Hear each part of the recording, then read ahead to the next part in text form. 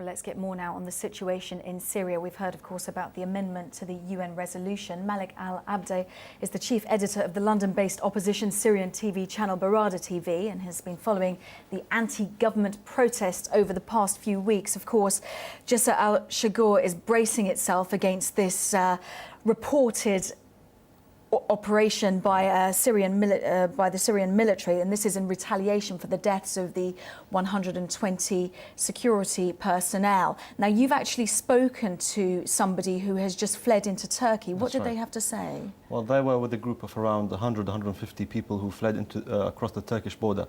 Jisr al-Shagour is only 12 miles away from the Turkish border. Jisr al-Shagour is surrounded by woodland. The majority of the people of Jisr al-Shagour, an estimated 30,000 people, have actually fled the town. The town is now a ghost town. There's no one left there because they have seen what happened in Daraa, and they've seen what happened also in Tel Kalakh only 3 weeks ago. These are towns that have been stormed by the security forces, where the security forces conducted house-to-house searches, where they have stolen people's property, they've assaulted people, arrested people, tortured people as well. Also, allegedly, there were also cases of rape. So they weren't going to take any risk. As soon as they received news that the army was moving in, especially the elite 4th Division, which is stationed mainly in Daraa at the moment, it took them roughly about 24 hours to reach Jisr al-Shagour, but now the town is largely empty.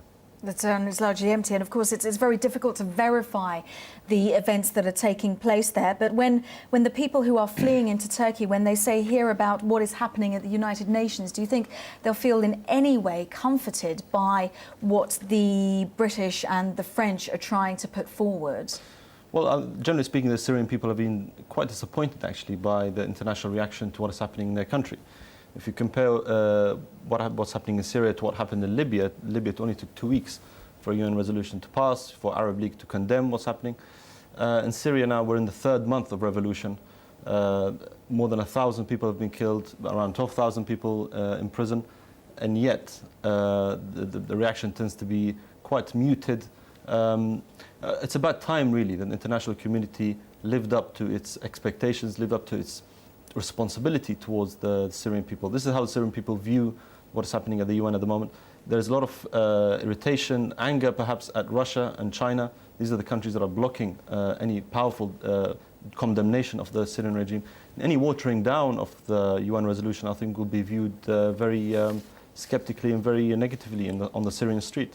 Would they be willing to have any discussion with President al-Bashir, or is that now out of the question?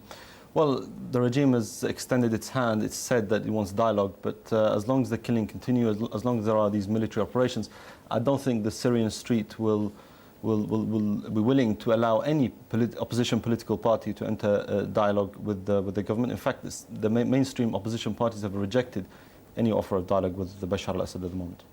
Okay, Malik Al-Abdeh from Barada TV, thank you for your time. Thank you.